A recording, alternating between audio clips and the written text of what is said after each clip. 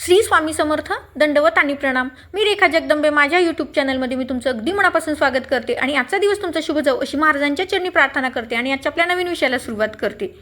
वटसावित्री सणाबद्दलची आज माहिती जाणून घेऊया. तर वटसावित्री व्रत हे हिंदू धर्मातील विवाहित स्त्रियांचे अत्यंत महत्त्वाचे व्रत आहे. पतीच्या दीर्घायुष्यासाठी, सुखसमृद्धीसाठी आणि अखंड सौभाग्यासाठी हे व्रत केले जाते. महाराष्ट्रात हे व्रत ज्येष्ठ महिन्यातील पौर्णिमेला साजरे केले जाते. व्रतामागील कथा. आता याची कथा काय आहे ते ऐकूयात. प्राचीन काळी सावित्री हिने सत्यवान यांच्याशी विवाह केला.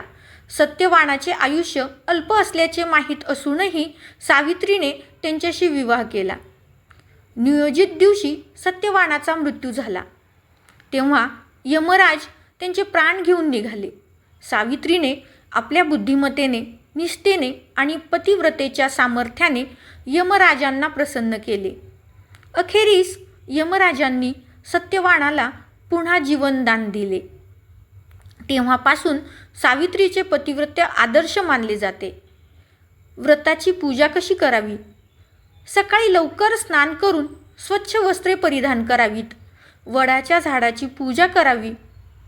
हळद, कुंकू, अक्षता, फुले, फळे अर्पण करावीत. वडाच्या झाडाला कच्चा धागा, सूत्र गुंडाळून प्रदक्षिणा घालाव्यात. वटसावित्रीची कथा ऐकावी किंवा वाचावी.